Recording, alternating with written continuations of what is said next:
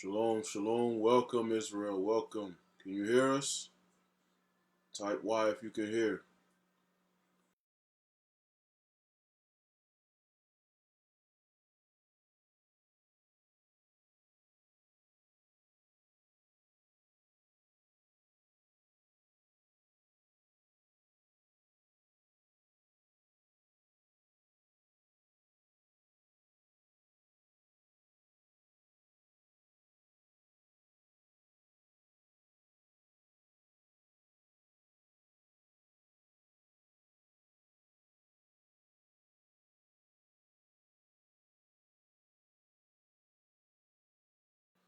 All right, all praises, all praises.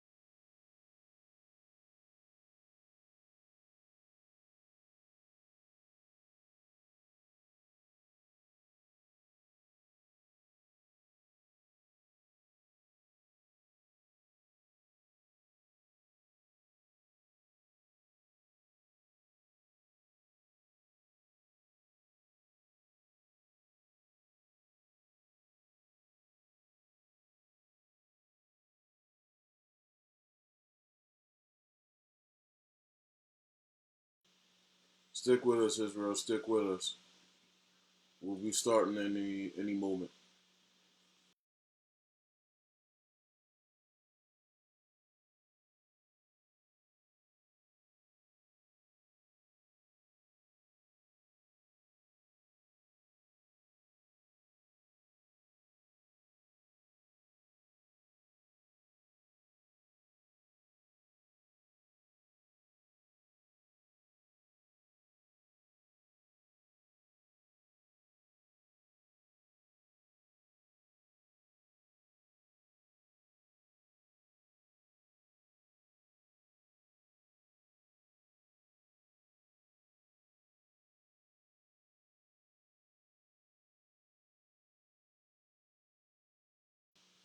All right, shalom, shalom, Israel. Most High Christ bless. All right, so Officer Jez here. Got my reader, Officer Mishael. Officer Misael. All right, so let's get started. Sorry about that. So, title of the class is America's Independence is Not Our Independence. America's independence is not our independence. All right. As you know, yesterday was what? 4th of July. All right. Now, I know a lot of our people were celebrating it, still celebrating it today. We actually, there's fireworks right outside the window. So it's still an ongoing uh, holiday. All right. Okay. So let's get into it. The history of Independence Day. Let's get into the history of it. What was it about? How did it come about? Who was it for? All right. One second. One second.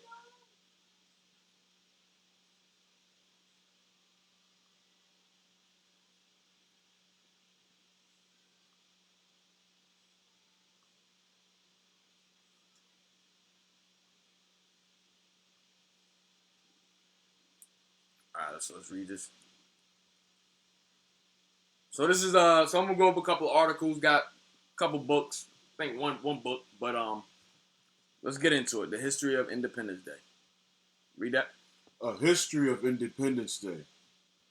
When the initial battles in the Revolutionary War broke out in April 1775, few colonists desired complete independence from Great Britain, and those who did were considered radical. By the middle of the following year, however, many more colonists had come to favor independence, thanks to growing hostility against Britain and the spread of revolutionary sentiments, such as those expressed in the best-selling pamphlet Common Sense, published by Thomas Paine in early 1776. All right, so let's get into how everything came about. Go ahead. On June 7, when the Continental Congress met at the Pennsylvania State House, later Independence Hall, in Philadelphia, the Virginia delegate Richard Henry Lee introduced a motion calling for the colony's independence.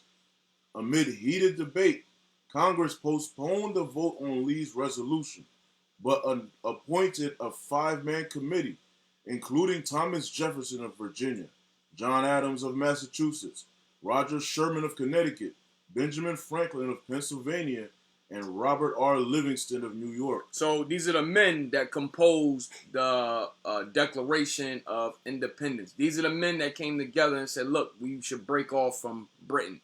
Go ahead. To draft a formal statement justifying the break with Great Britain. Right, to draft a formal statement justifying a break with Great Britain. So these men composed a statement. They drew up a statement to justify breaking apart from Great Britain. Go ahead. Let's go down. Go ahead. On July 2nd, the Continental Congress voted in favor of Lee's resolution for independence in a near unanimous vote. The New York delegation abstained, but later voted affirmatively. On that day, John Adams wrote to his wife Abigail that July 2 will be celebrated by succeeding generations as the great anniversary festival. So originally, 4th of July was supposed to be on July 2nd. So that's what he's saying here. Go ahead. And that the celebration should include pomp and parade. So 4th of July celebration was to include pomp and parade. Now remember, this is back in 1775. So this is the things that were going to happen for the festival, for the anniversary, for generations to come, for the Declaration of Independence, the 4th of July. Go ahead. Games Was to be celebrated. So you had pomp, there was to be a parade, and there was to be games celebrated. Go ahead. Sports. So sports, which goes back into games. Go ahead. Guns. So there would be guns to be fired off. Cannons. Go ahead. Bells. The bell was to be ringing. You got the Liberty Bell here in Philly. They're in Philly, right? Go ahead. Bonfires. So bonfires was to be going on. Go ahead. And illuminations. Illuminations of all sorts of celebration. Fireworks. That's what it goes into, illumination. Go ahead. From one end of this continent to the other. So for one end, meaning the whole country was to be celebrating the 4th of July. The whole continent, right, of America. Go ahead. On July 4th, the Continental Congress formally adopted the Declaration of Independence, which had been written largely by Jefferson. Though the vote for actual independence took place on July the 2nd. 1 second. Read the top part again. On July 4th, the Continental Congress formally adopted the Declaration of Independence, which had been written largely by Jefferson. So, understand something. The Declaration of Independence had largely been written by Thomas Jefferson. Thomas Jefferson owned slaves. Yes, Thomas Jefferson owned slaves. Lots of them. And he largely composed the Declaration of Independence. So where do you Negroes fit in there? He wrote, a man that owned slaves wrote the Declaration of Independence. This truths to be self-evident that all men are created equal. Right. And you think that if he owned slaves, obviously he didn't care about including you in the Declaration of Independence. Because you wasn't equal at that time. You was a slave. Read. Though the vote for actual independence took place on July 2nd, from then on, the 4th became the day that was celebrated as the birth of American independence. So the 4th of July became what Negroes are celebrating today as the 4th of July. All right, which was what? Yesterday. All right.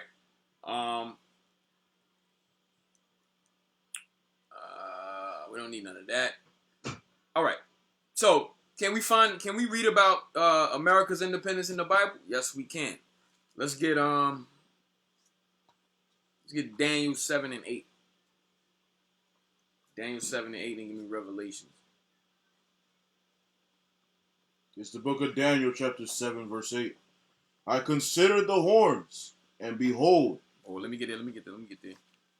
Go ahead. I considered the horns, and behold. Read verse 7. Start verse 7. After this I saw in the night visions, and behold, a fourth beast, dreadful and terrible, and strong exceedingly, and it had great iron teeth. It devoured and brake in pieces, and stamped the residue with the feet of it.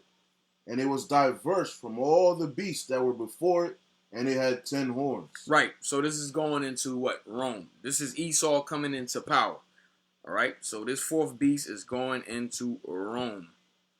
Rome and also America. All right. Go ahead.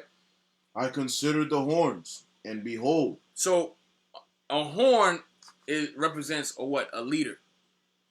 That's what the horn's going into. Go ahead. There came up a king. Go ahead. There came up among them another little horn. So there came up amongst the horns another little horn. Go ahead. Before whom there were 3 of the first horns plucked up by the roots. And behold, in this horn were eyes like the eyes of man, and a mouth speaking great things. Right. So this is going in. That little horn that popped up was America.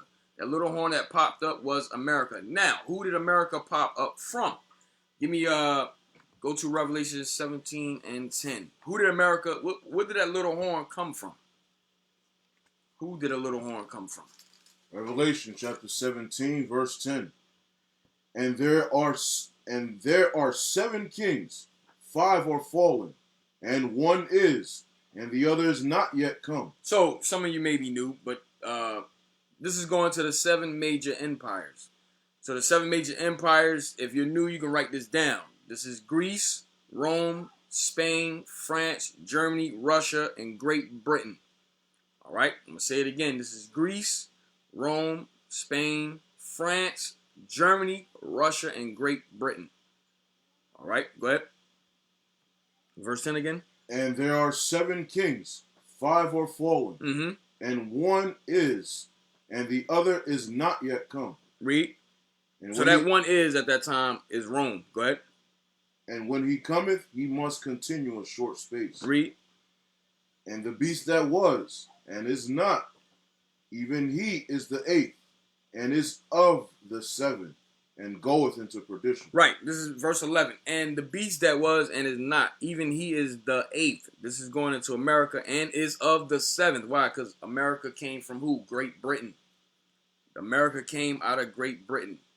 All right. That's why they had that's why it's called America's independence, because they broke away from one of the 7th, which is Great Britain. All right. Go ahead. And the 10 horns which thou sawest are 10 kings, which have received no kingdom as yet. All right, so you could drop that. So what I wanted to show you is that Independence Day is in the Bible. All right, Independence Day is in the Bible. It was Bible prophecy. All right, that America will come out of one of the 7, which was Great Britain, and establish his own kingdom. That was the little horn. All right, that was the little horn back in Daniel chapter 7, verse 8. All right. From there, let's go back to the article. Well,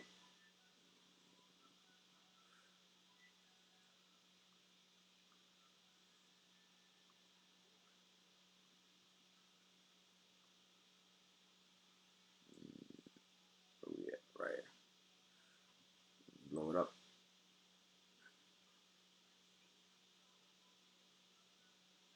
Go ahead. The Declaration of Independence is a statement adopted by the Continental Congress on July 4th, 1776, announcing that the 13 American colonies, then at war with Great Britain, were no longer a part of the British Empire. You see that? Because before America became America, before the independence, they was a part of the British Empire. They was a part of Great Britain. Before they decided, look, we need to become independent. Go ahead. Drafted by Thomas Jefferson and revised and approved by the Second Continental Congress on July 4th, 1776. Mm-hmm. The Declaration is a formal explanation of why Congress had voted on July the 2nd to obtain independence. Right, to attain independence. Drop down. So this is just different quotes from the Declaration that they have. There it is. Yeah, read that. We hold these. You want the first part? Yeah, read the first part. When in the course of human events it becomes necessary for one people to dissolve the political bands which have connected them with another, and to assume among the powers of the earth the separate and equal station to which the laws of nature and of nature's God entitle them. A decent respect to the opinions of mankind requires that they should declare the causes which impel them to the separation. Right. So understand, these are just different quotes from the Declaration, right? That we're reading. Go ahead. You can jump down. Yeah. We hold these truths to be self-evident, that all men are created equal. Oh, so this is in the Declaration. We hold these truths to be self-evident that all men are created equal. Go ahead. That they are endowed by their Creator with certain unalienable rights. That among these are life, liberty, and the pursuit of happiness. This was not talking about the Negro. This had nothing to do with, we were slaves. We didn't have no liberties. What pursuit of happiness do we have? Go ahead. That to secure these rights, governments are instituted among men, deriving their just powers from the consent of the governed.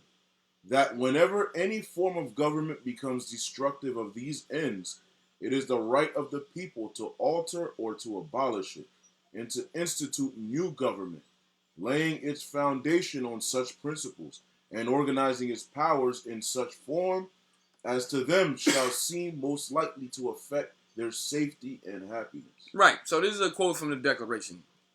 All right.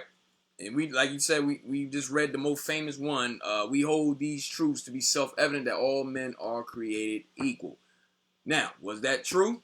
Let's get into it. Where was we during the Declaration of Independence? All right. First, before I get to that next. Let's get into it. So this is a book called Peril of the Republic. All right, it's called Peril of the Republic.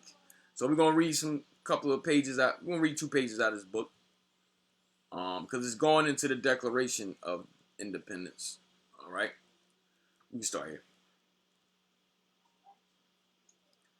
It is blow it up some. All right, go ahead. It is a favorite notion now to quote the words, "Governments are instituted among men, deriving their just powers from the consent of the governed, as if these embodied a law of application to all inhabitants alike."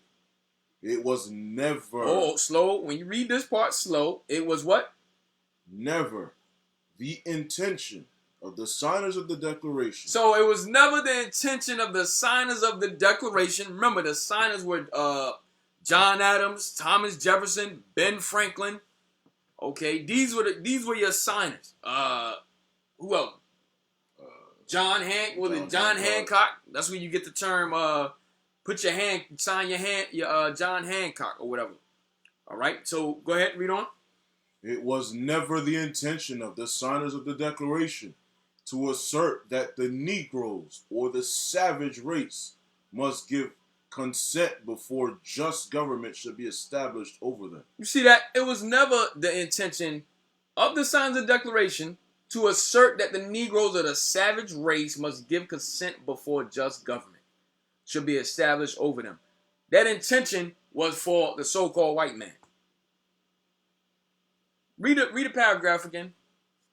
Right here. It is a favorite notion now to quote the words, governments are instituted among men, deriving their just powers from the consent of the governed, as if these embodied a law of application to all inhabitants alike. So it is a favorite notion now to quote the words, governments are instituted among men, deriving their just powers from the consent of the governed, as if these embodied a law of application to all inhabitants alike. Read on.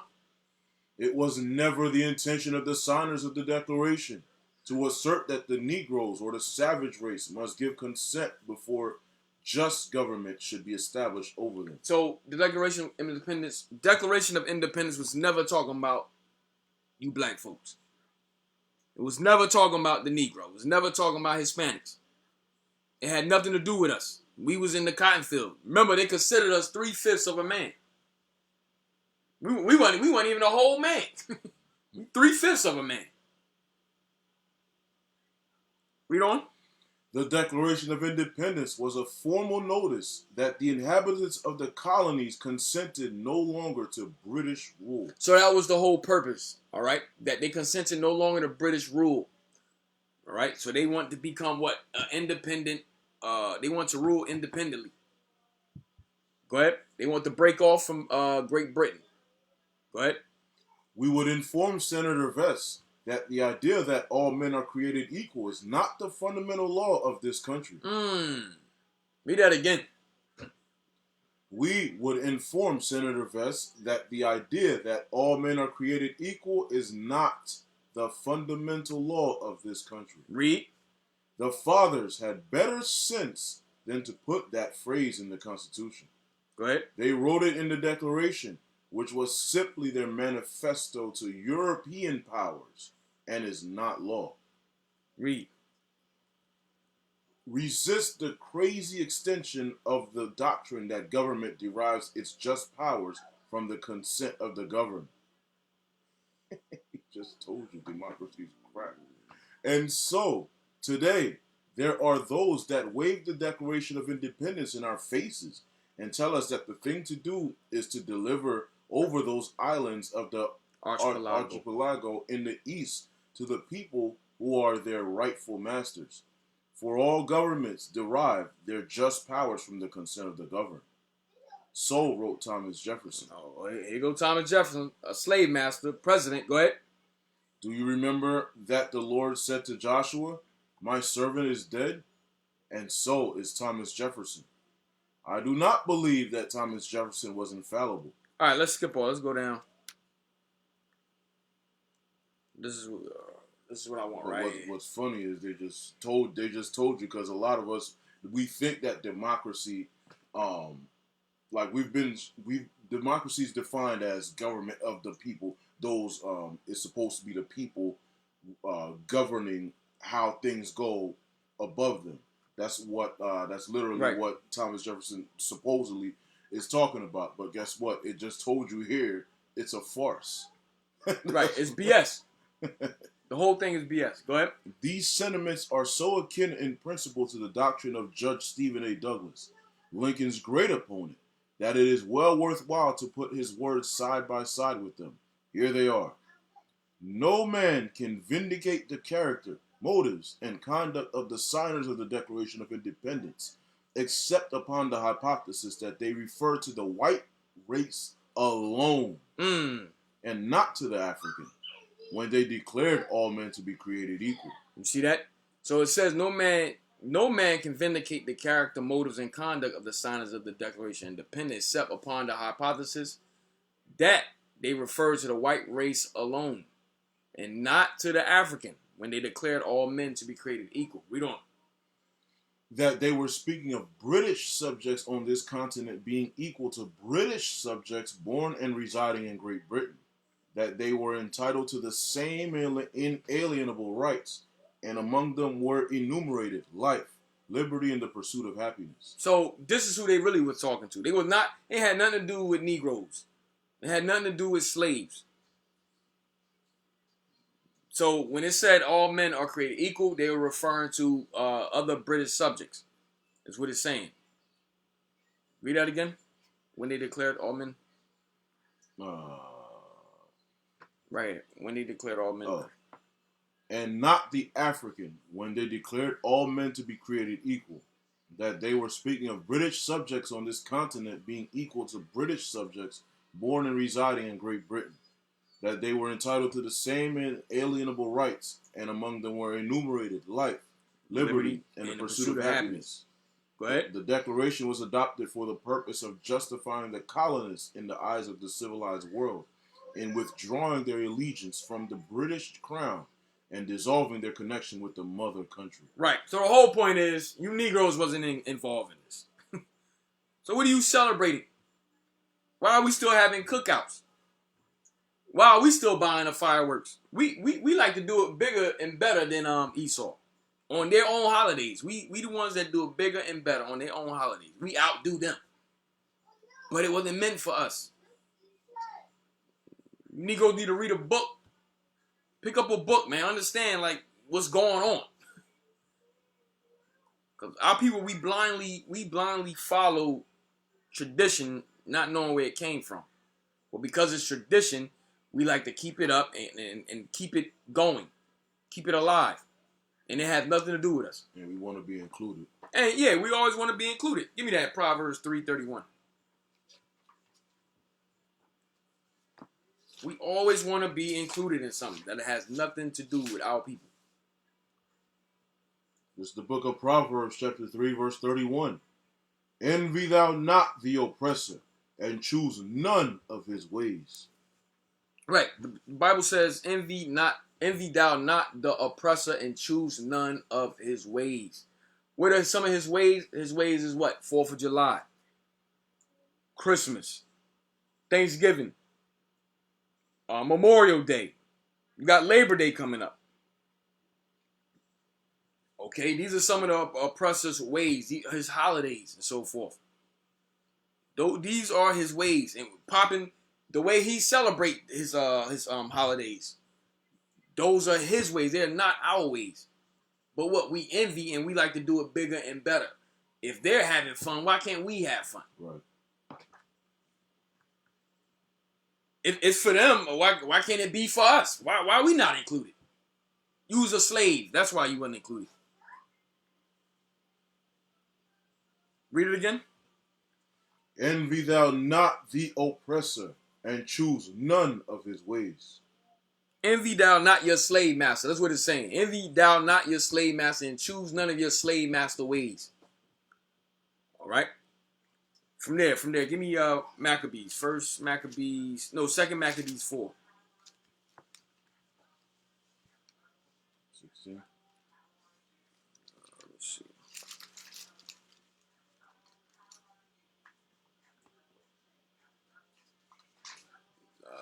First Maccabees 4.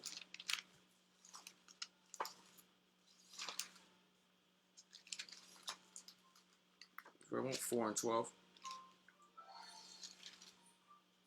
No, you want second Maccabees. Second Maccabees. 4 and 12? Yeah. Second Maccabees, chapter 4, verse 12. For he built gladly a place of exercise under the tower itself, and brought the chief young men under his subjection, and made them wear a hat. Now such was the height of Greek fashions, and increase of heathenish manners, through the exceeding profaneness of Jason, that ungodly wretch, and no high priest. Right. The 4th of July is a heathenish manner. That's a heathenish manner. Popping fireworks, that's a heathenish manner. No. Start at verse 10. Start at verse 10 then. All right, First Maccabees 4, verse 10. Which, when the king had granted, he had gotten into his hand the rule, he forthwith brought his own nation to the Greekish fashion. So this wicked Negro named Jason, a Levite. Wow. So, he's a Levite. You have to force it like that. He brought He brought our nation to the Greekish fashion, to follow the fashions of the white man, so-called white man. Go ahead. And the royal privileges granted of special favor to the Jews by means of John, the father of Eupolemus, who went ambassador to Rome for amity and aid, he took away.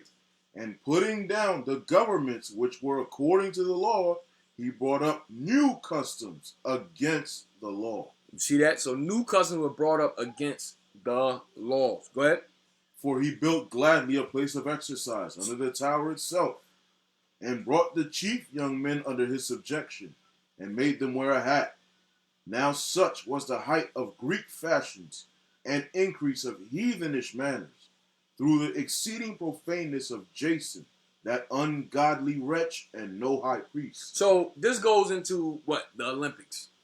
Like right now, you have a big stare about the Olympics. What's the sister name? I can't remember. Sha'Carri Richardson. That sister. She fast. Sister, she bad.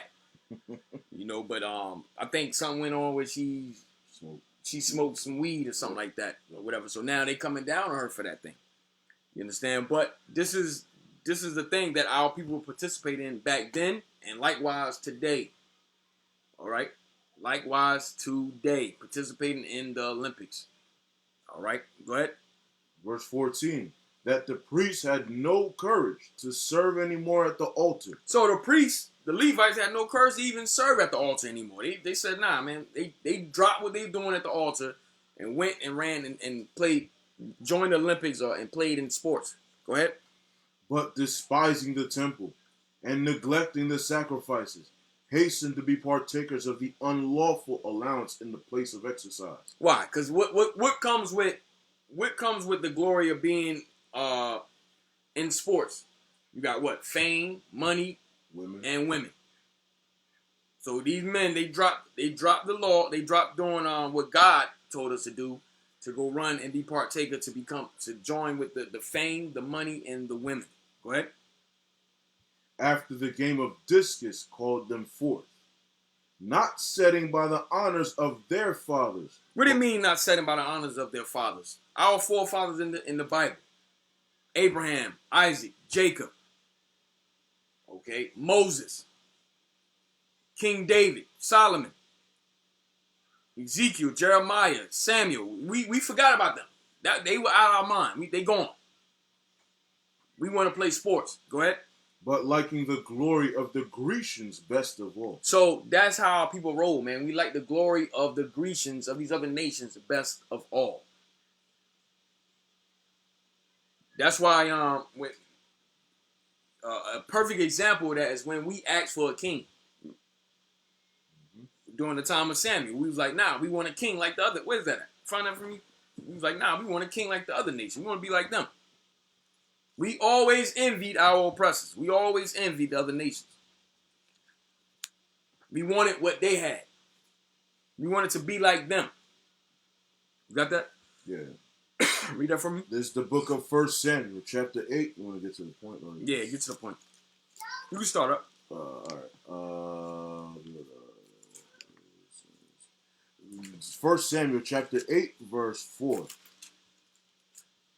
Then all the elders of Israel gathered themselves together and came to Samuel unto Ramah, and said unto him, Behold, thou art old, and thy sons walk not in thy ways.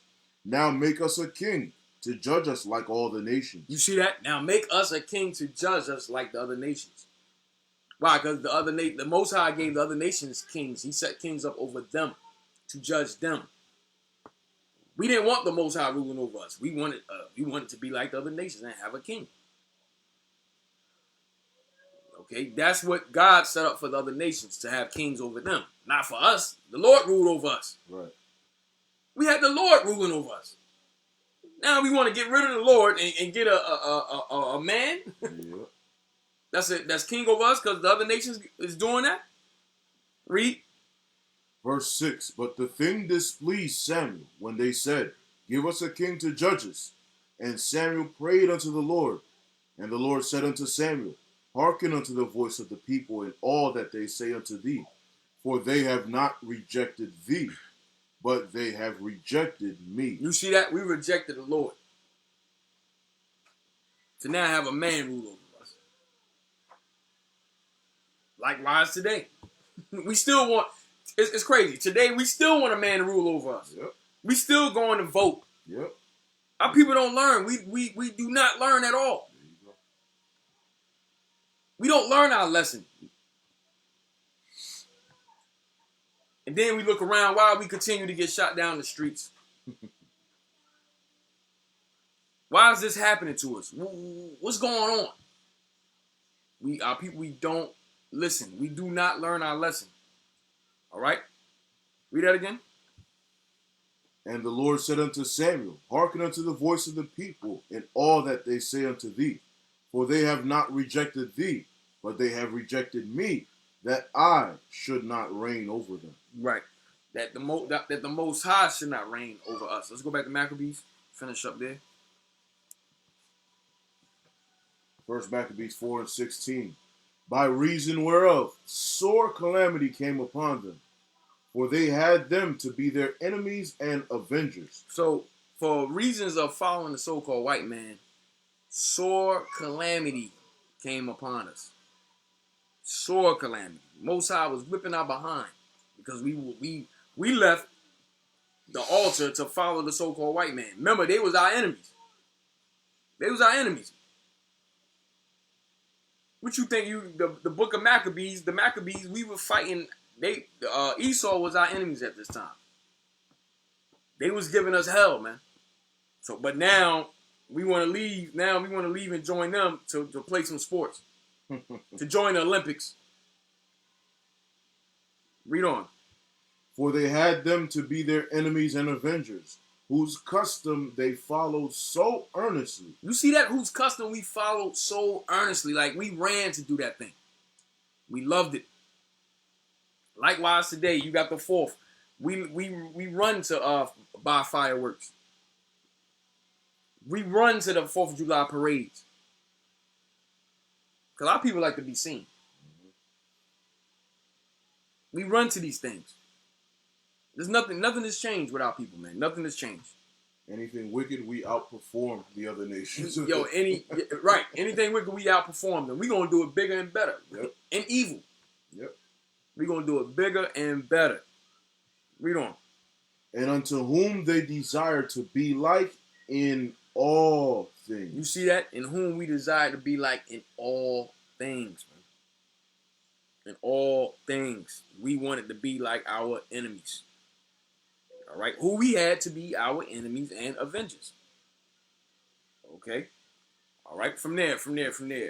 I wanted to bring up about the Star Spangled Banner. Star Spangled. One second. Yeah, y'all know the Star. What they call it, national anthem. Was that? They're like 3 different. I mean, that's what they. Yeah, whatever they call it. National Oh, right.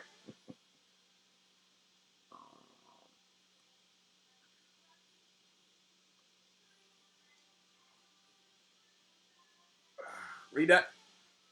The ugly reason the Star Spangled Banner didn't become our national anthem for a century. So, it says the ugly reason the Star Spangled Banner didn't become our national anthem for a century. All right, watch this. This goes into what we're going into right now, for the 4th. Even saying ours is disgusting. Huh? I said even saying ours is disgusting. Oh. This ain't gonna issue. Read that. It was September of 1814. The British had sacked Washington and torched the White House. The conflict became known as the War of 1812, even though it was in its 3rd year. The British had also taken prisoners, including a popular doctor from Prince George's County in Maryland. A friend of the doctor sailed on a ship flying a truce flag to negotiate a prisoner exchange with the Royal Navy. The mission was successful. British commanders agreed to free the doctor, but while on the ship, the man, a 35-year-old lawyer named Francis Scott Key, overheard plans for a surprise attack on Baltimore. He and the doctor would not be allowed to leave until the attack was over. That's how Key ended up witnessing the bombardment of Fort McHenry while aboard a British ship. He couldn't tell from his vantage point who had won or lost. But at dawn, he saw the American flag, 15 stars and 15 stripes at the time, still waving over the fort, and was inspired to write a poem. Soon, it was set to the tune of an existing song. So this Iuic named Fort McHenry. No, Francis Scott Key. I'm sorry, Francis Scott Key was the one who came up with the poem of the Star Spangled Banner. All right, go ahead. That's the short version of how Star Spangled Banner came to be. The longer version of both the song and the story of the man who wrote it reveals not only why it has become controversial now in this season of racial reckoning, football, and presidential campaigning, but why it was too controversial to become the national anthem for more than a century after it was written. So let's see the original lyrics. So why it was so why it became controversial and how it became the national anthem for more. No, why it didn't become the national anthem for more than a century after it was written. Let's go down. First, a few things to know about the War of 1812. One of the main issues was the British practice of impressment, the forced conscription of American sailors to fight for the Royal Navy. Plus, the British promised refuge to any enslaved black people who escaped their enslavers, raising fears among white Americans of a large-scale revolt.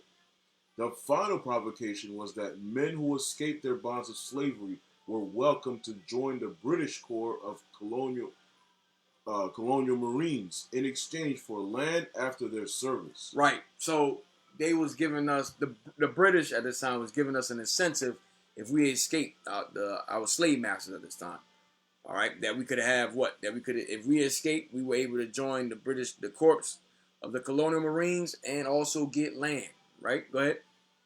As many as 4,000 people, mostly from Virginia and Maryland, escaped. So nearly 4,000 of us escaped. Go ahead. It's important to know these things because the Star Spangled Banner, originally called the Defense of Fort McHenry, was more than one verse. Has more than one verse. The second half of the third verse ends like this. So this is the beginning. No, this is the second half of the third verse of the Star Spangled Banner. Go ahead. No refuge could save the hireling and slave from the terror of flight or the gloom of the grave. So this is what was originally in the Star Spangled Banner. No refuge could save the hireling and slave from the terror of flight or the gloom of the grave. Dang. Go ahead. And the Star Spangled Banner in triumph doth wave o'er the land of the free and the home of the brave. So they took this out. So they revamped it because this is what they originally wrote. That's why you gotta go back. That's why we tell you to go to the old books, because they told the truth and we couldn't read or write. But once we able to read and write, they like, look, we gotta revise this thing. We gotta take this out. The original intentions are out to light. Right. This was the original intention right here. No refuge could save the hireling and slave from the terror of flight or the gloom of the grave. Now we so proudly stand up and sing this thing, man. Yep. Now we stand at sports. Yep. Yep. Just like we was reading the Maccabees. Because we want to join sports and so forth, this is what we end up singing right here. Don't know what it's talking about. Or maybe don't give a damn. Read on. That's not how they feel now. Right. This is. They can't be this way now. That was back then. Look, they were your enemies then. They're your enemies now. Go ahead. These lyrics are a clear reference to the colonial Marines, according to Jefferson Morley, author of Snowstorm in August, Washington City, Francis Scott Key, and the Forgotten Race Riot of 1835. They are clearly meant to scorn and threaten the African Americans who took the British up on their offer, he wrote in a recent essay for the Washington Post. Key surely knew about the colonial marines, and it's even possible he saw them among the contingent of British ships that sailed into Baltimore Harbor. Right. Go ahead. Trying to take him off the hook. Like he's not talking about all the rest of us. Oh no, he's just talking about them. You're just talking about the colonial marines. That's it. Nah, that goes for all of us.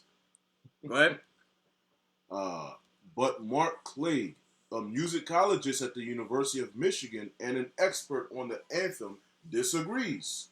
In 2016, he told the New York Times, "The reference to slaves is about the use and in some sense the manipulation of black Americans to fight for the British with the promise of freedom." Right, because remember, Britain was going to promise us freedom if we fought for them and give us land. Right? Go ahead. He also noted that black people fought on the American side of the war as well. Right, we did. We was in the war. Whether manipulation or not, the British kept their word to colonial marines after the war, refusing the United States' demand that they be returned and providing them land in Trinidad and Tobago to resettle with their families. Their descendants, called Americans, still live there today. So the descendants of those that did escape, those of us that did escape and joined the colonial marines of Britain were given land. So they held true to give us the land in Trinidad and Tobago. And now they still there to this day, called what, Americans? Americans. Instead of play on Americans. Right. They call Americans. Go ahead. And even if these lyrics aren't meant to be explicitly racist, Key clearly was. He descended from a wealthy plantation family and enslaved people. He spoke of black people as a distinct and inferior race and supported emancipating the enslaved only if they were immediately shipped to Africa, according to Morley. Read that again. Yo, y'all keep playing these white people. Read that again. And even if these lyrics aren't meant to be explicitly racist, Key clearly was. He descended. Remember, Key is the one that wrote this. He originally wrote the Star Spangled Banner. Go ahead. He descended from a wealthy plantation family and enslaved people.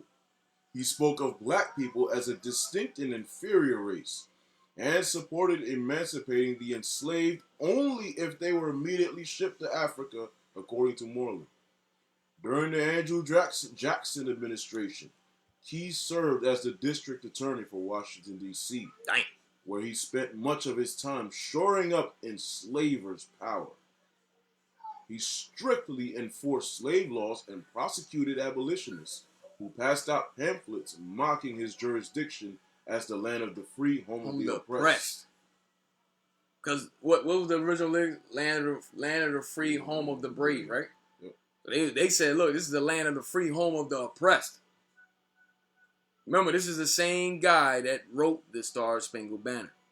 He was a known racist. Known. And you as a known racist, you get to have high position in government. Right. There you go. Right. He had a high position in government, and because of his in his high position, he made sure he used his position to enforce more strict slave laws. And he even prosecuted the abolitionists, because abolitionists were those that was supposedly against slavery. So this dude, he strictly enforced slave laws, and he prosecuted abolitionists who passed out pamphlets mocking his jurisdiction as the land of the free, home of the oppressed. So he made sure he put them in prison, or whatever he did with them. There's more. Read on. He also influenced Jackson to appoint his brother-in-law Chief Justice of the United States.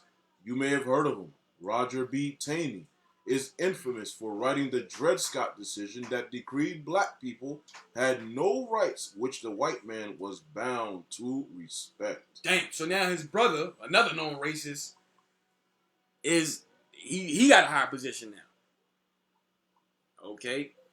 So, for those of you, the Dred Scott decision, all right, that happened back in, I think, the mid-1800s.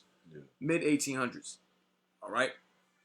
that decreed that we had no rights whatsoever, which the white man was bound to respect. Go ahead.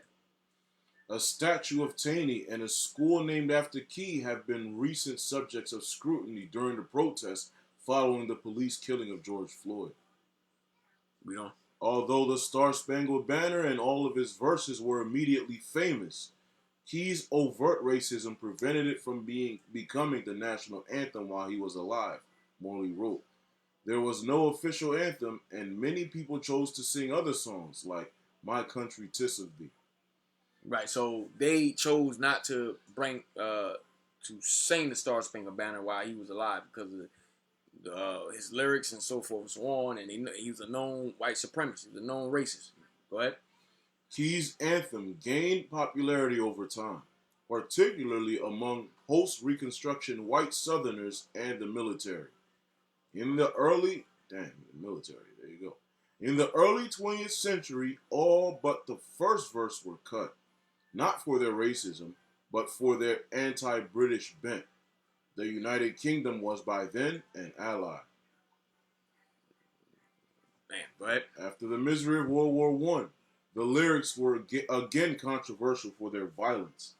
But groups like the United Daughters of the Confederacy fought back, pushing for the song to be made the official national anthem. In 1931, President Herbert Hoover made it so. So, in 1931, the Star Spangled Banner became the national anthem. All right? Go ahead. The elevation of the banner from popular song to official or national anthem. Wait, oh. It said, but groups like the United Daughters of the Confederacy. So wait, so women, white women, push for the national anthem to be, push for the Star Spangled Banner to be the national anthem. Damn. Remember, the white woman, she sticks by her white man. Yep. She said, nah, make that the national anthem. Read on, man. It's crazy. The elevation of the banner from popular song to official national anthem was a neo-Confederate political victory, and it was celebrated as such, Morley wrote. When supporters threw a victory parade in Baltimore in June 1931, the march was led by a color guard hoisting the Confederate flag. Right. Let's read on, see if there's more. All right, so that's it on that. So I wanted to bring that out also about the Star Spangled Banner. All right, that's why there was so much controversy as far as, what's his name, Colin Kaepernick and all them in football. But our people, we sing these things and we stand up and pledge allegiance and all this other, but don't know what it's really saying. And it got nothing to do with our people, and it's against us. All right, but we have our children saying it. We tell our children to practice it.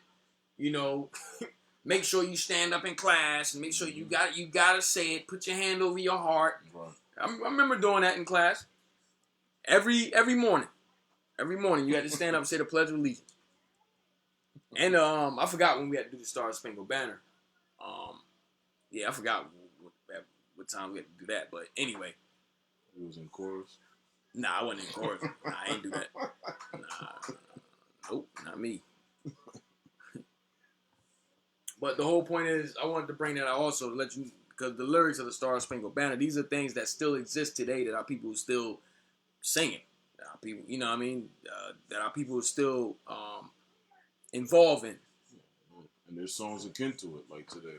God bless America and right. all this garbage. Right. So you have all these songs out here, you know, and our people don't know what it's about and who it's about and so forth and so on. Just like with Independence Day. We wasn't included in it, but we still celebrating it. Looking like fools. Yep. You think the white man and them, they ain't looking at us like these niggas, why are they out here? Are they serious? Yeah, are they serious? Like, y'all, who keeps inviting y'all? What's going on? Like, where are y'all getting the invite to come out here? Trust me. Like, we used to burn y'all back in the day. Do you not understand? Y'all were the fireworks. What the hell is this? Trust me, that's what they think of us. Oh, And like man. we brought out before, we come out and we want to do it bigger and we want to do it better. Dang. We like to show out on their holiday. That's why I love that Bishop brought out those pictures last. Yeah, this man. past Yeah, Sabbath the class. lynchings and so forth that went I on. love that thing. Yeah, We need to see that over and over. people need to see that because that's what they really think of you. You think you there beside them having a good time and the fourth and this, that, and the third, cookouts here and there, all lovey dovey. No. They were cooking you. They were cooking you. You was a slave. All right. Give me Deuteronomy 28:29. Deuteronomy chapter 28, verse 29. And thou shalt grope at noonday, as the blind gropeth in darkness. So our people is still groping in noonday. Just like the blind is groping in darkness, our people is still groping in noonday. Don't know what the hell is going on. Don't understand what's going on. Don't care what's going on. Right. Read on. And thou shalt not prosper in thy ways. And remember, when we read back in Maccabees, it says sore calamity came upon our people for following the white man holidays, doing what these other nations are doing. Just like today, when we doing what these other nations doing, it just keeps setting us back. That's all it's doing. Just keep setting us back. That's why I said we will not prosper in our ways. We just keep setting ourselves back. 4th of July come around. I think it was a picture. I seen a picture of a dude. He had on his outfit was the flag. Man. This man's outfit was the flag. It's setting our people all the way back, man. Read it again. And thou shalt grope at noonday, as the blind gropeth in darkness. And thou shalt not prosper in thy ways. Read. And thou shalt be only oppressed and spoiled evermore, and no man shall save thee. The Bible said we will be only oppressed and spoiled evermore. Evermore. So long as we want to vote for our enemies, as long as we want to keep following what our enemies do, as long as we want to keep up with our enemies, as long as we envy our enemies and follow their ways, we are only going to be spoiled and oppressed. All right. Read verse 48 now. Verse 48. No, read 47.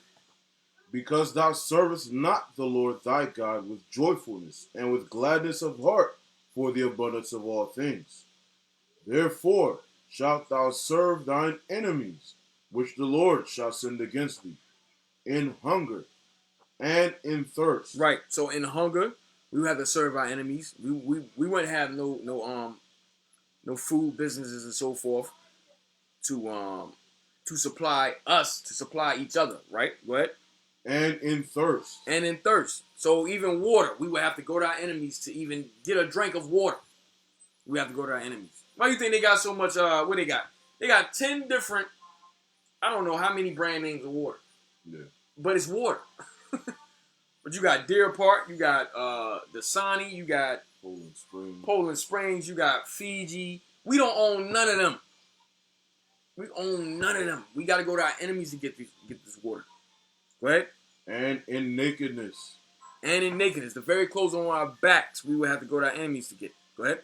And in want of all things. And in want of all things. You wanna bury your family, you gotta go to your enemies. You wanna go to school, get an education, you have to go to your enemies. You wanna learn religion, you have to go to your enemies.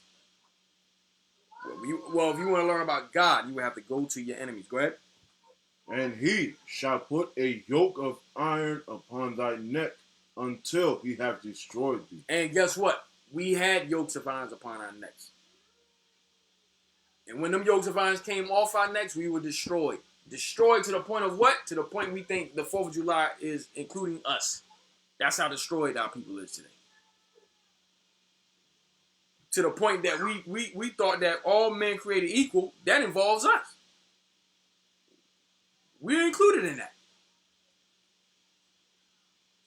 I was about to say, we're so destroyed that what we just read in verse 29, to them it doesn't apply to them. They say, I'm not oppressed. I'm free. Right. But you're right. Our people still think they think they free. You ask our people, you go out, we ask our people, are you in captivity? Nah, we're not in captivity. I'm free. I'm not in captivity. I could go anywhere I want to Yeah, go. I can walk across the street if I want here. Ain't nobody stopping me. No. But this is the nonsense that our people is under. This is the destroyed state. Once the chains came off our neck. All right. Jump to verse 60. Let me see.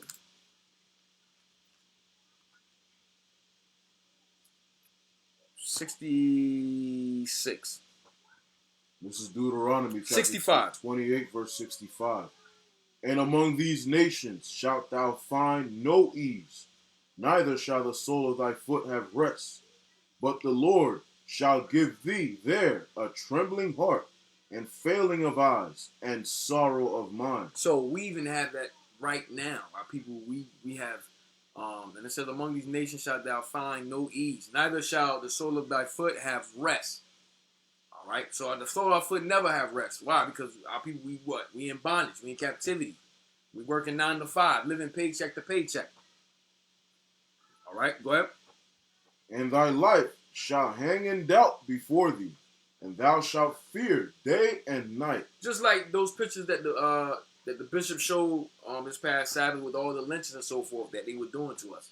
That's our life hanging, literally hanging in doubt. Okay, and there's even a book. There's a whole book of just lynchings of us. Yeah. There's a whole book of all the lynchings of us. Read that again. And thy life shall hang in doubt before thee. Read. And thou shalt fear day and night, mm-hmm. and shalt have none assurance of thy life. Right, because we don't know if we're going to live or die. That's having no assurance of our life. We don't know. Read. In the morning thou shalt say, would God it were even. And at even thou shalt say, would God it were morning. So it was so bad for us that we wanted it to be, when it was evening, we wanted it to be morning. When it was morning, we couldn't wait for it to be evening. We was confused. We don't know what we want. But that's how bad it was. That's the fear that we had on us. Shorten the time. Just shorten the time. Read that again. In the morning thou shalt say, would God it were even. So in the morning, we like, damn, y'all, I can't wait till the night comes. Right? Go ahead. And at even thou shalt say, would God it were morning. So even when the evening came, we couldn't wait for it to be morning. Right? Go ahead. For the fear of thine heart wherewith thou shalt fear, and for the sight of thine eyes which thou shalt see. Right. Read on. And the Lord shall bring thee into Egypt again with ships. Says, and the Lord shall bring thee into Egypt again with ships. Cargo slave ships. Go ahead. By the way whereof I spake unto thee, thou shalt see it no more again. And there ye shall be sold unto your enemies for bondmen. And we were sold unto our enemies. Once we came off those slave ships, those slave ships docked off in Charleston, South Carolina, when they docked off in Virginia, okay, when they docked off here in Philly, okay, when they docked off in Jersey, Perth Amboy, Newark, New York, Georgia. Read on. And for bondmen and bondwomen. And we was put on auction blocks once we came off those slave ships and sold as what? Slave men and slave women. Read. And no man shall buy you. And no man was able to save us. All right? We have to wait for our Lord and Savior, Jesus Christ, the Black Messiah. That's right. All right? From there, let's get into our independence now. Our independence. Let me see. I got Colossians 2 and 8. You want that? Yeah, give me that. Oops.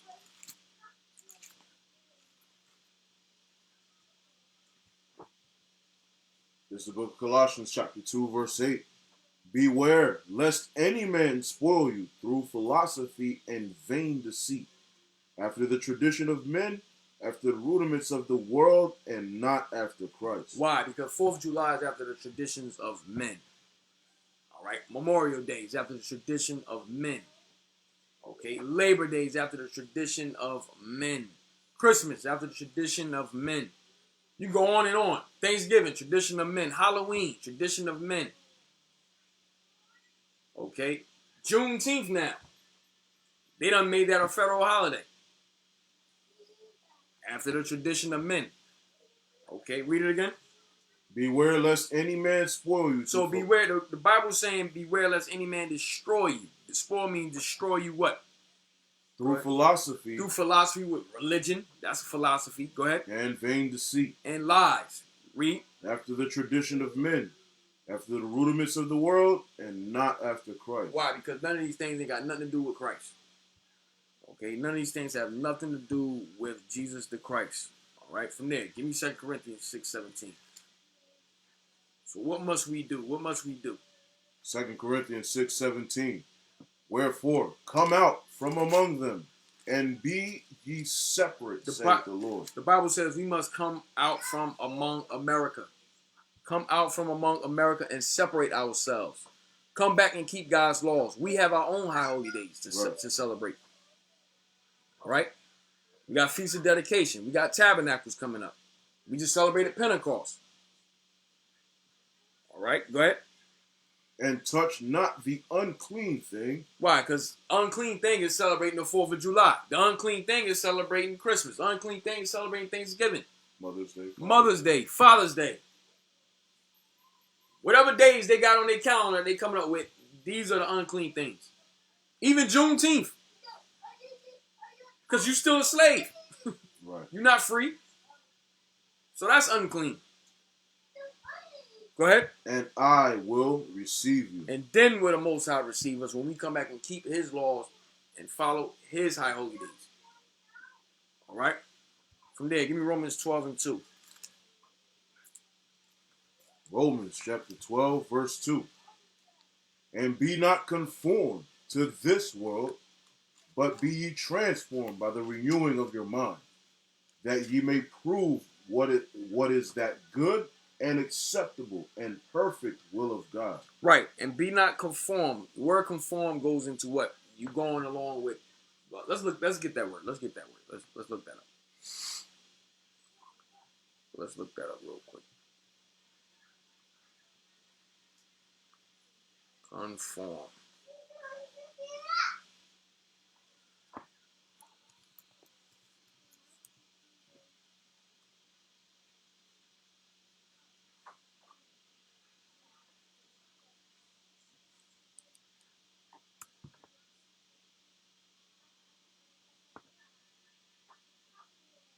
Conform.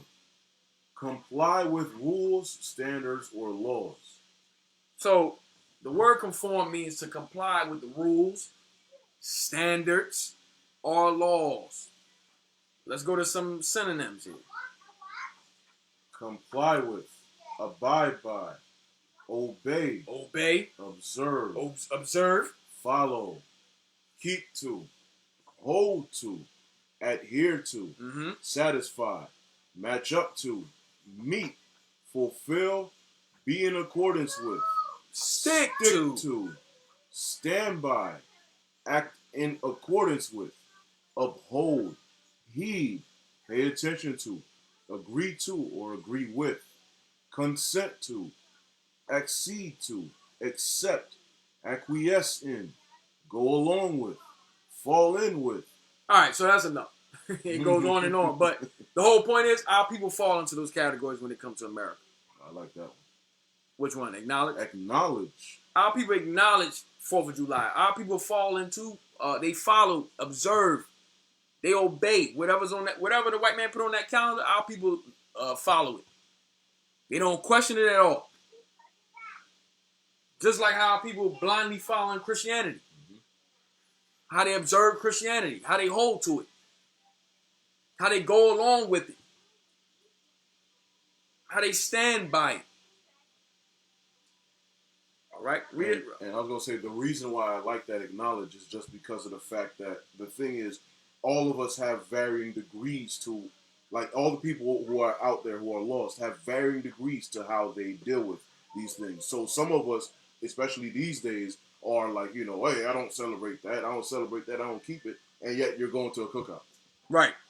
That you're acknowledging it. You're still acknowledging it. You're still conforming to it, even though you're saying, "Oh, you already know that it's celebrating the death of our ancestors, things of that nature." But yet you're still observing certain parts of it. Right. You're still in it. Just like how people always, when we ask them on the streets about Halloween. Yep. So you celebrate Halloween, or do you celebrate Christmas? And nah, we just do it for the children. No. Yep. We just do it for the kids. Yep. Just, that's it. But like you said, you still acknowledging it. You acknowledging it for yourself and for your children. So you're still conforming. So you still conforming, right? Let's go back, read that again. Romans 12:2. Romans 12:2. And be not conformed to this world, but be ye transformed by the renewing of your mind. So the Bible says not to be conformed, not to acknowledge, not to stand by this world, not to observe the things not to observe the holidays of this world. All right? So, and be not conformed to this world, but be ye transformed. What do it mean? Transform what? Transform, we must transform our minds. That goes into doing what? Separating ourselves. Mm-hmm. All right? Going back to 2 Corinthians 6:17, we must separate ourselves. All right? Read on. That ye may prove what is that good and acceptable and perfect will of God. Right. What is the will of God? Keeping God's laws. That's what we must conform to. We must conform to keeping God's laws. We must transform our minds and renew our minds to come back and keep God's laws. Right. Because right now, people, we're destroyed. We are destroyed as a people. All right? Give me from there. Give me Revelation 18:4.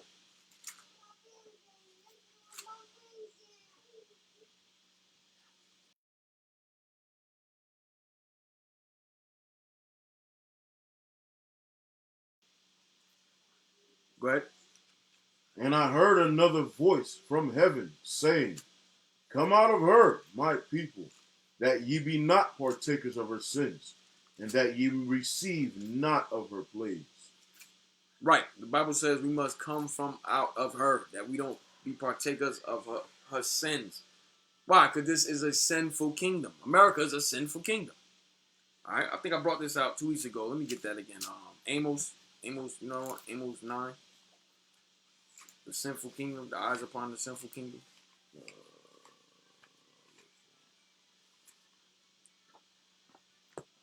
Sinful kingdom. Yeah.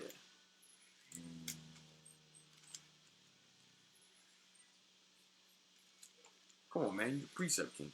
Nah, man. Never that. Sinful kingdom. Amos 9:8. Oh, shit. Amos chapter 9, verse 8. Behold, the eyes of the Lord God are upon the sinful kingdom. That sinful kingdom is America. Go ahead. And I will destroy it from off the face of the earth, saving that I will not utterly destroy the house of Jacob, saith the Lord. Right. So America is that sinful kingdom that the Most High has his eyes upon. All right. So that's why I was wanting to show that America is a sinful kingdom. Go back. Okay. Back to Revelation 18. Revelation 18:4. And I heard another voice from heaven, saying, Come out of her, my people, that ye be not partakers of her sins, and that ye receive not of her plagues. Right, and that you receive not of her plagues. All right, her plagues are what? Why? Because America is going to be destroyed in an hour. Those plagues that's coming is World War III. When those missiles, when those bombs hit, all right, those are the plagues of America. Okay. Matter of fact, let's get that. Let's get that. Zechariah 14:12. Let's get that. Scare the people, Hey, man. Zechariah chapter 14, verse 12. What are some of America's plagues that's coming? And this shall be the plague wherewith the Lord will smite all the people that have fought against Jerusalem. Their flesh shall consume away while they stand upon their feet, and their eyes shall consume away in their holes, and their tongue shall consume away in their mouth. The only thing that can do that is a IBCM, ICBM missile. All right, how you say it again? ICBM. Right, ICBM, a nuclear missile. Yep. That's the only thing that can do that. Read it again. And this shall be the plague wherewith the Lord will smite all the people that have fought against Jerusalem.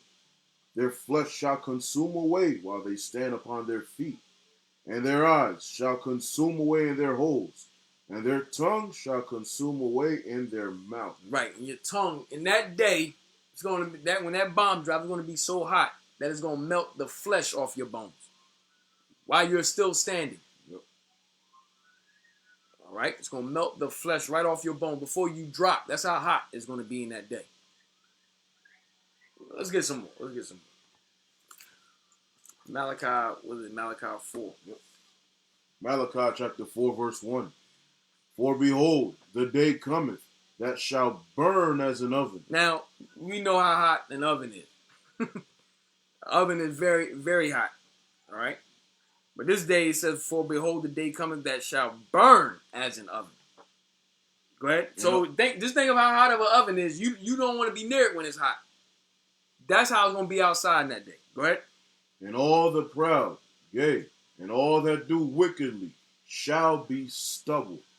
And the day that cometh shall burn them up, saith the Lord of hosts, that it shall leave them neither root nor branch. Right. So what I wanted out of it is that the day the day cometh that shall burn as an oven. All right. So Malachi had when he seen in his vision, when he seen how hot it was, he had to compare it to something very, very hot. He compared it to the oven. That's how hot it's going to be. All right. So this is not a game. So these are the plague. Go back to Revelation 18:4. Revelation 18, verse 4. And I heard another voice from heaven saying, Come out of her, my people, that ye be not partakers of her sins, and that ye receive not of her plagues. So those are the plagues that's coming to America. So, like the Most High warning us, He's telling us to separate from them. Stop celebrating these holidays. They're not for us. All right. Remember, America's sins done reach to the heavens. They sins done reach to the heavens. Plus, with all the stuff that's coming out now, that we see that they're like with the lakes that they flooded our towns and so forth and killed us all just to put a lake there. So we seeing the man of perdition is being revealed. Every day he's being revealed. All the things of Esau searched up. Right. How are the things of Esau searched out? That's why the Most High said we gotta have to do according to His anger, because we don't know a lot. We don't like that. The lake. I'm like, all right, we know some of the things that Esau did, but whoa, they used the lake to kill us. Like that was new right there. I'm like, damn. So this, look, don't put nothing past these people. Don't put nothing past these people, man. You dealing with the devil. All right. From there, let's get Jeremiah 16. Our independence. What's our independence going to be like? It's the book of Jeremiah, chapter 16, verse 14. Therefore, behold, the days come, saith the Lord, that it shall no more be said, the Lord liveth, that brought up the children of Israel out of the land of Egypt. Right, because what? Everybody's still talking about that great deliverance from out of Egypt. Everyone is still talking about the great deliverance that when we came out of Egypt. That's still being talked about, right? Go ahead. But the Lord liveth, that brought up the children of Israel from the land of the north.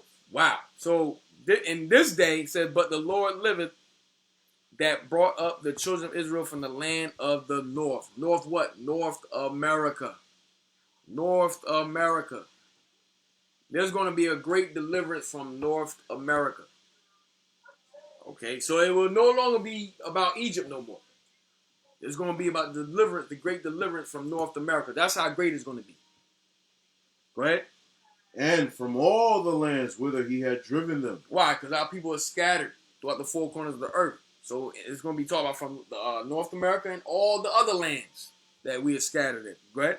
And I will bring them again into their land that I gave unto their fathers. Right. The Most High will put us again into our land that he gave to our forefathers. All right. So this is our independence right here. Not the 4th of July. This is going to be our independence. This is what we should be looking forward to celebrating. All right. When we getting delivered from here and from all the other lands where our people are scattered. All right. So you mean to tell me he's not taking all people from the land? He's not taking all people. Oh, man. He's not taking all people. No, that's not happening. That's not happening. Give me Isaiah 47, 45, and 17. Okay. Isaiah chapter 45, verse 17. But Israel shall be saved in the Lord with an everlasting salvation. Ye shall not be ashamed nor confounded, world without end. Read that again. Read it again. But Israel shall be saved in the Lord with an everlasting salvation. But the Israelites shall be saved in the Lord with an everlasting salvation. No, not Chinese, not the Arabs, not the so-called white man. Why would you want your enemies to come? I don't get it. Why would you want your enemies to come? Why would you want your enemies to join? Because I'm not oppressed. Right. Only those that think they're not oppressed will want their enemies to come, right? Stockholm syndrome. Yep. Massa got to come with us. There's no room for Massa on the chariot. No, there's no room for your Massa on the chariot. Read it again. But Israel shall be saved in the Lord with an everlasting salvation. Ye shall not be ashamed, nor confounded, world without end. Nor confounded, world without end. Give me Zechariah 8 and 7. Zechariah chapter 8, verse 7. Thus saith the Lord of hosts, Behold, I will save my people from the east country and from the west country. So the Most High say he's going to save the Israelites. He's going to save us from you blacks and Hispanics and you natives. Most High say he's going to save us from the what? From the east country. From the east country. And from the west country. And from the west country. North, Central, South America. North, Central, South America. Read on. And I will bring them, and they shall dwell in the midst of Jerusalem, and they shall be my people, and I will be their God, in truth and in righteousness. In truth and in righteousness. From there, let's keep it going. Let's give me Wisdom of Solomon 18:7. Because in order to get salvation, something else got to happen that our people don't want to happen. Wisdom of Solomon in the Apocrypha, chapter 18, verse 7. So of thy people was accepted both the salvation of the righteous and destruction of the enemy. You see that? So if you want salvation, you got to accept also the destruction of your enemies at the same time. You're only going to get salvation with the destruction of your enemies. You got to ask yourself, what are we being saved from? Being saved from your enemies. From those that hate us. Read it again. You better get that Luke 168. Yeah. Oh, go ahead, read it again. So of thy people was accepted both the salvation of the righteous and destruction of the enemies. And the destruction of the enemies. All right. So that's what we pray for, the destruction of our enemies. Right? Give me So just real quick, in other words, if you really desire salvation, you must acknowledge you have enemies on this planet. You gotta acknowledge that. There's no way. What are you gonna get? Like, in the church they say, "Oh, I'm saved." Yep. And you ask them, "What are you saved from?" "Oh, I'm just saved. I'm saved. Saved from the blood of." They'll say saved from sin. Right. Saved from sin. And meanwhile, you're still in sin. You're still sinning. Read that. Luke. Yeah, Luke. This is the book of Luke, chapter 1, verse 68.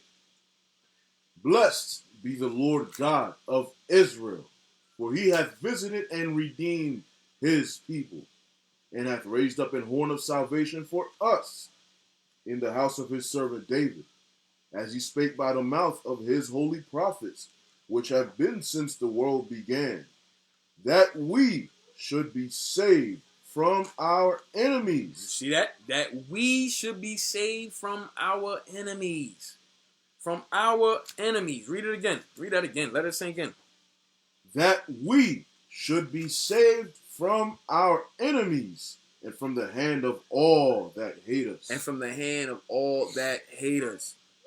All right? You must acknowledge we have enemies. We have to acknowledge that thing. All right? We have to acknowledge that thing. Let me see. 1 second. 1 second. This is John the Baptist's father speaking in the spirit. If we don't have enemies, you must know more than he does, I guess. Right. Give me Jeremiah 31:7. Jeremiah chapter 31, verse 7. For thus saith the Lord, sing with gladness for Jacob, and shout among the chief of the nations. Publish ye, praise ye, and say, O Lord, save thy people, the remnant of Israel. Not all nations. We can read on. Read on. Verse 8. Behold, I will bring them from the north country. North America. That's the north country. North America. Go ahead. And gather them from the coasts of the earth. And with them the blind and the lame, the woman with child and her that traveleth with child together. Read. A great company shall return thither. Read on. They shall come with weeping, and with supplications will I lead them. I will cause them to walk by the rivers of waters in a straight way. Read. Wherein they shall not stumble. For I am a father to Israel, and Ephraim is my firstborn. Bam. Read on. Read on. Hear the word of the Lord, O ye nations, and declare it in the isles afar off, and say, He that scattered Israel will gather him, and keep him, as a shepherd doth his flock. For the Lord hath redeemed Jacob, and ransomed him from the hand of him that was stronger than he. Who is that? The so-called white man. That's our enemy that's stronger than us. Right. We cannot defeat this man. You don't know what he got out there. You see the technology this man got. What are we going to do? That's why we must wait upon the Lord. That's why Christ said, I will not meet thee as a man. Right. Because he saw not a regular man. All right, read on. Therefore they shall come and sing in the height of Zion, and shall flow together to the goodness of the Lord, for wheat and for wine and for oil, and for the young of the flock and of the herd. And their soul shall be as a watered garden. They shall not sorrow any more at all. And we shall not sorrow any more at all. Dang. All right. True independence. True independence right there. Give me last scripture. Give me Revelation 2:26. Oh, please. That's right.